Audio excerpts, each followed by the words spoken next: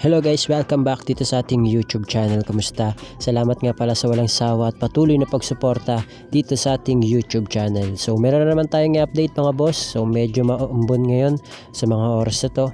Okay, so pero tuloy-tuloy pa rin tayo mga boss. Ito nga palang video tutorial natin kung paano papalakasin yung inyong mga internet signal.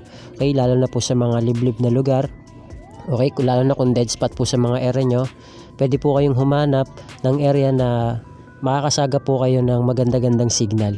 Then itry nyo po itong ating video tutorial para malaman po natin kung magwo-work po sa inyo or hindi. So good for all networks po ito ha. Smart Token Text and Sun, Globe and TM. So sa mga naghahanap ng dito promo or dito SIM, meron po tayong APN setup dyan. Okay, explore nyo na lang po sa ating mga latest na video o mga previous video natin. Okay, so ako po pala mga boss ay naka-unli data. Okay, naka-unli data po pala ako yung promo ko. Okay, so papakita ko sa inyo, naka-on yung data ko. Yan, mag-YouTube tayo para makita nyo po. Yan, so ibig sabihin may promo po tayo, naka-unli data po ako. So magpe-play po tayo ng video sa YouTube. Papakita ko po sa inyo. Okay, try po natin yung mga 12 hours video na merong 4K or 1080p. Okay, hahanap tayo ng mga video na merong 1080p. Try natin tong isang video na to. Tingnan natin kung may 12 hours video or meron siyang 1080p. Susubukan natin. Tayo lang po natin yung ads.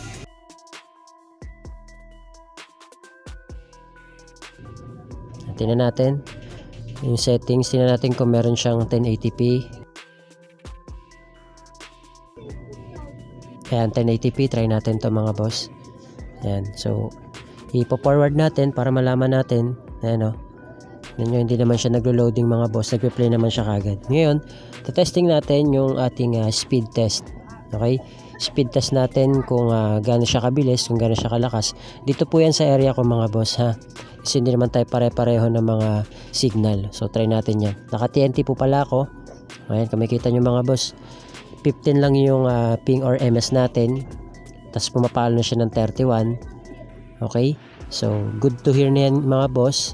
Okay, maganda na yung pakinggan mga boss na 31, kasi ang mga standard niyan ay malakas-lakas na talaga yan mga boss.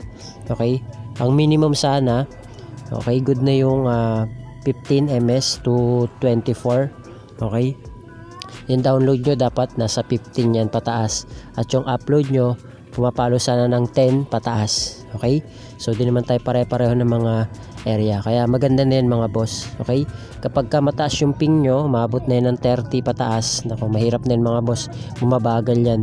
Okay, tapos yung download nyo bumaba pa ng 10 pababa pa, at yung upload nyo mas mababa pa sa 24 o 10, delikado na yun mga boss, mahina yung signal nyo kahit na mag airplane mode kayo. Kaya mas maganda, hanap po kayo ng mga magandang signal. Okay, so papakita ko po sa inyo yung ating setup mga boss. Okay, simulan na po natin. Tuturuan ko po kayo. So click nyo lang po yung settings, then SIM card and networks. Click nyo po yung TNT. Okay, then access point names. Hindi ko po alam kung ano yung network na gamit ninyo, pero try nyo na lang po ito. So click natin yung new APN. Okay, ito po yung name niya mga boss. Lagay natin dyan Falcon. Okay, Falcon APN 5G. Okay, lagay nyo po dyan Falcon APN 5G. So click natin yung okay, tapos click natin yung APN mga boss. Ito po yung magiging APN nya, Falcon.internet. Okay, sorry, internet. Yan, Falcon.internet. So click lang natin yung okay, tapos yung username niya mga boss at Falcon APN. Okay, yan lang po at Falcon APN. So click natin yung okay. Password niya po, lagay nyo lang po dyan Falcon. Okay, yan, Falcon. Then yung server niya mga boss, www.google.com.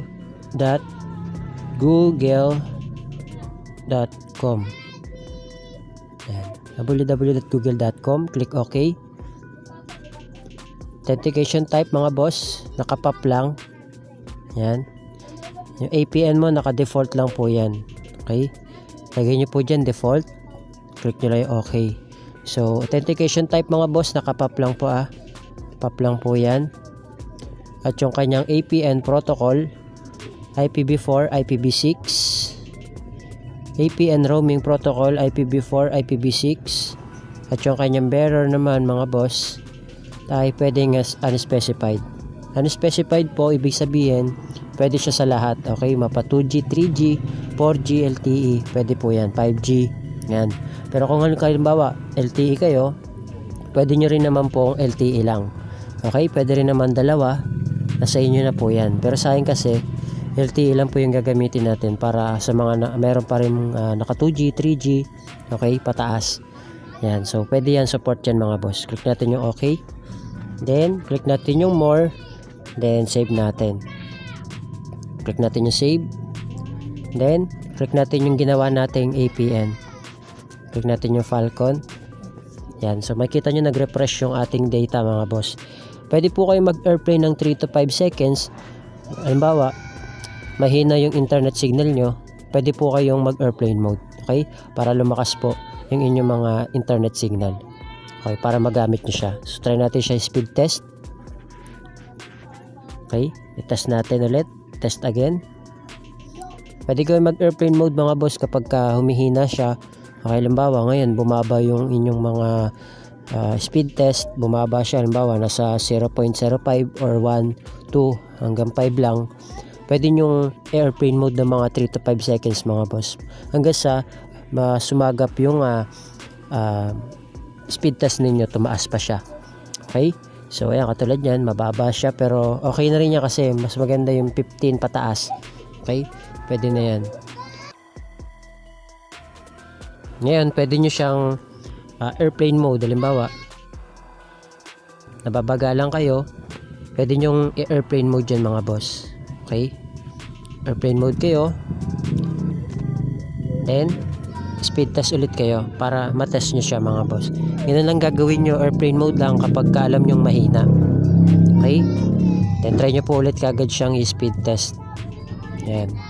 So makita nyo tumaas po ulit siya. Okay? So good na yan mga boss kapag kaganyan 30 pataas. Okay? Sabi ko nga kanina mga 10 to 15. Okay na yun. Goods na yun pataas. Okay? Kasi hindi naman tayo pare-pareho ng mga internet signal. Sana makatulong po sa inyo to. Okay? So yan mga boss, gumanda na siya. Okay? So yun lang mga boss, feedback na lang po kayo kung working o hindi sa inyo itong mga feedback, mga video tutorial natin. Okay? So marami pa po tayong i-update sa inyo na pwede po makatulong po sa inyo. Okay? So yun lang mga boss, maraming salamat. Tutok lang naman po kayo dito sa ating video tutorial.